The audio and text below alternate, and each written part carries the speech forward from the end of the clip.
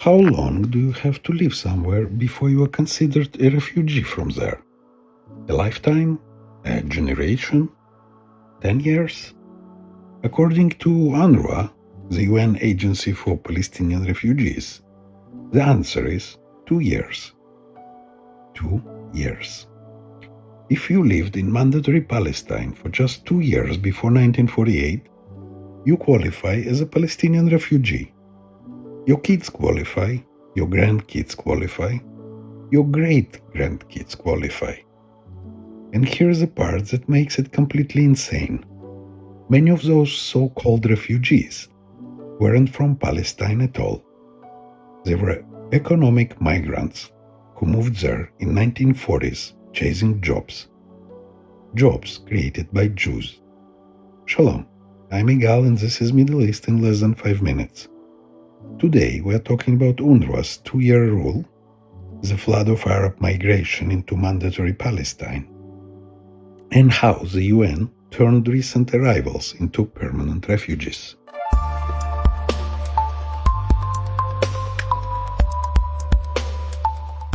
UNRWA's definition: absurdly broad.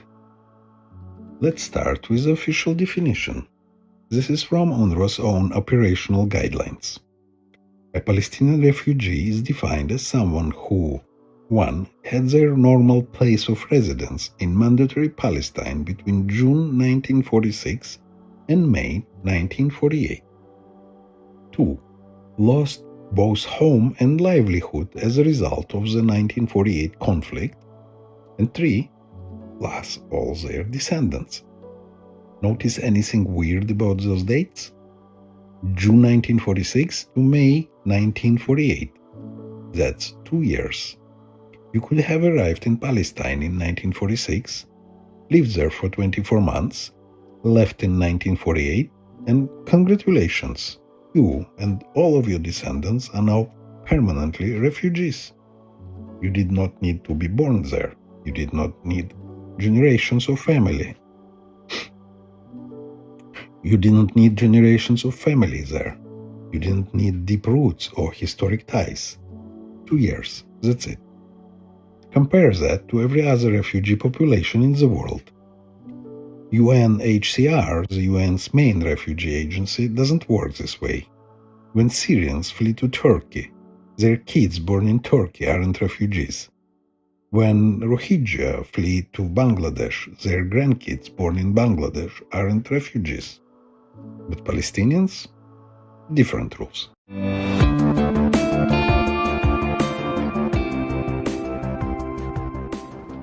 Why 2 years? So why did UNRWA pick 2 years? Why not 5? Why not 10? Because if they made it longer, they'd have to acknowledge an uncomfortable truth. A lot of Palestinian refugees weren't really from Palestine. They were recent arrivals, economic migrants, people who moved to the region in the 1940s because the economy was booming. And why was the economy booming? Because of Jewish immigration and development. This isn't speculation, this is documented history.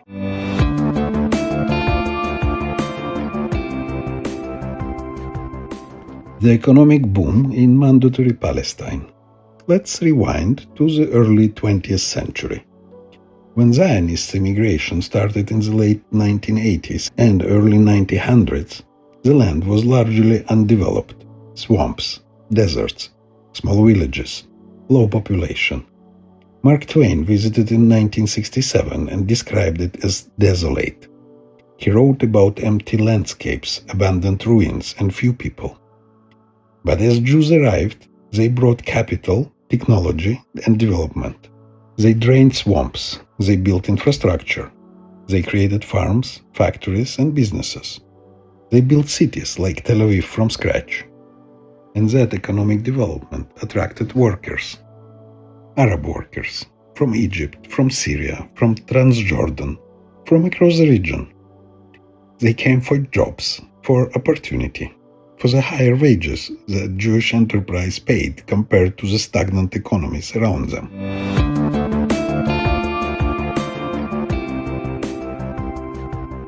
The migration data. This isn't just anecdotal. The British mandatory authorities documented it. The British conducted censuses. They tracked population growth. And the numbers show something clear. Arab population in Mandatory Palestine grew far faster than natural birth rates could explain. Between 1922 and 1931, the Arab population grew by about 37%. Between 1931 and 1945, it grew even faster. Some of that was natural increase, but a significant portion was immigration. The British Palestine Royal Commission, the Peel Commission, in 1937 noted that the legal Arab immigration was substantial, particularly from Syria and Transjordan. The Hope Simpson report in 1930 documented Arab laborers coming from surrounding regions to work in Jewish-developed areas. Joan Peters, in her conversational but well-sourced book From Time Immemorial, compiled British mandatory records showing patterns of Arab migration into areas where Jewish development created jobs. Even critics of Peters acknowledged that there was Arab economic migration into Palestine, though they dispute the scale.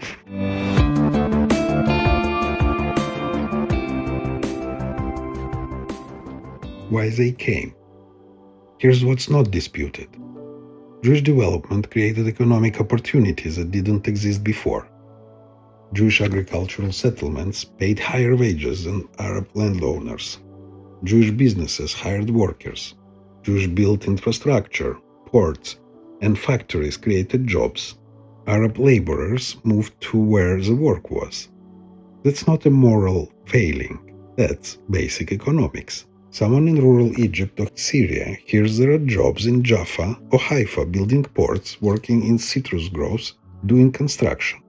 They move there. They work for a few years. Maybe they settle. Maybe they bring family. By 1946, they've been there for 2 years. That makes them Palestinian under UNRWA definition.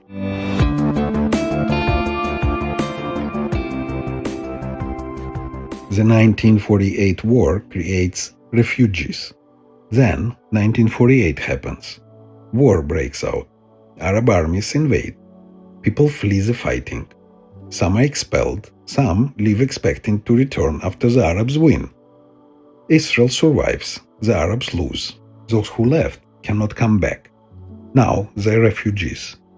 But here's the question. If you only moved to Palestine in 1946 for work, are you really a refugee from there? If your grandfather came from Egypt in 1945, worked in Jaffa for 3 years, then left in 1948, are you, his great-grandchild, born in Lebanon in 1990, really a refugee from Jaffa? According to UNRWA, yes.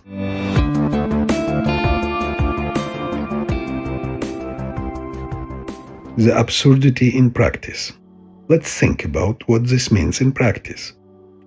Imagine someone from Syria moved to Palestine in 1947 to work on a construction project. He's there for 1 year before the 1948 war.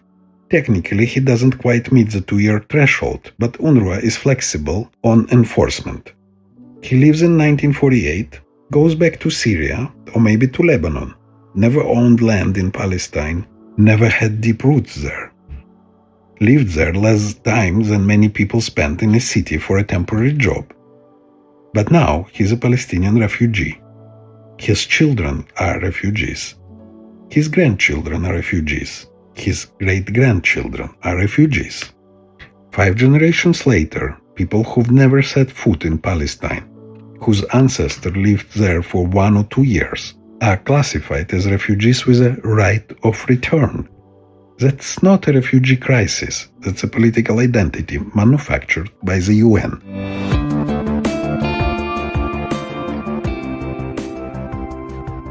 The double standard. Here's where it gets even more absurd.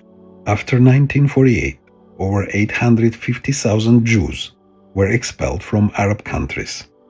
They left behind homes, businesses, property. Many had lived in those countries for centuries, some for over 1,000 years. Iraq had Jews since the Babylonian exile. 2,600 years ago. Egypt, Yemen, Morocco all had ancient Jewish communities. Those Jews were forced out. Their property was confiscated. They fled to Israel. Did the UN give them refugee status? Did it create a special agency for them? Did it make their status hereditary? No. Israel absorbed them, gave them citizenship, settled them, moved on. But Arabs who lived in Palestine for 2 years, permanent refugees, with a UN agency and billion-dollar budgets, forever.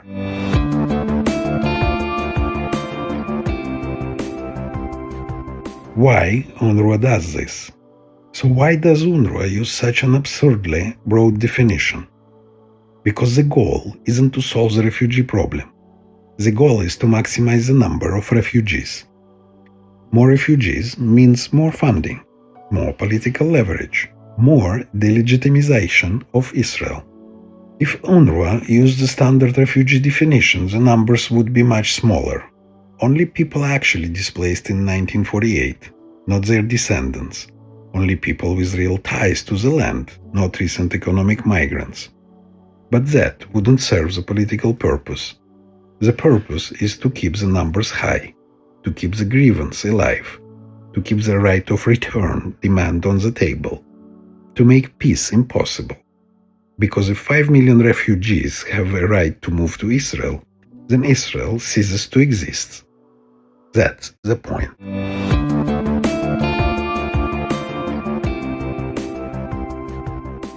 The economic irony. Here's the cruel irony in all this.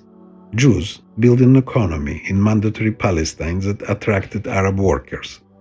Those workers came voluntarily, seeking better opportunities. They benefited from Jewish development. Then, when war came, a war started by Arab leadership rejecting partitioning and invading Israel, those same workers became refugees. And now, their great-grandchildren demand the right to return to places their great-grandfathers moved to for work 80 years ago. And the UN supports this, funds it, institutionalizes it. The very economic success that attracted those migrants in the first place is now used as evidence of colonialism.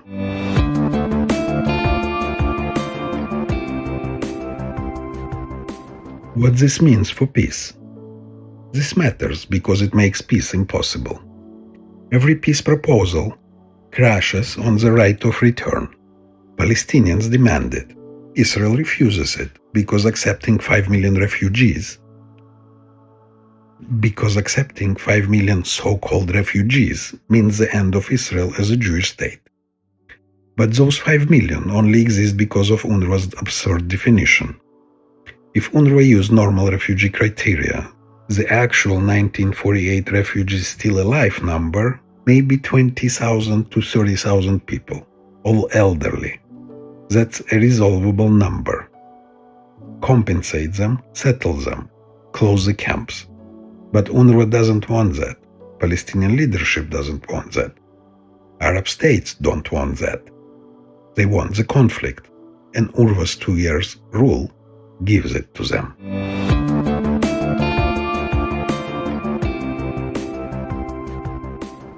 The sources. This isn't propaganda. This is from official British mandatory records, UNRWA's own definition, historical census data, UN documents. The British Peel Commission in 1937 noted illegal Arab immigration from surrounding areas. The Hope-Simpson report in 1930 documented it. Fred Gotthail, economist at the University of Illinois, analyzed British census data and found clear evidence of Arab immigration into areas of Jewish economic development. Even pro-Palestinian historians like Benny Morris acknowledge that there was Arab migration into Palestine during the Mandate period, though they downplay the scale. The data is there. It's just inconvenient.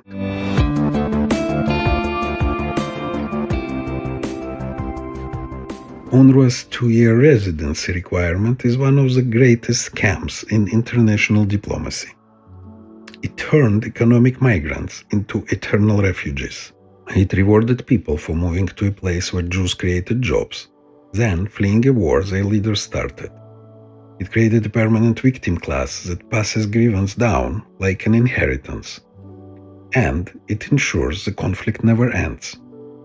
Because if you can become a refugee by living somewhere for 2 years, and your great-great-grandchildren inherit that status forever, then solving the refugee crisis isn't the goal.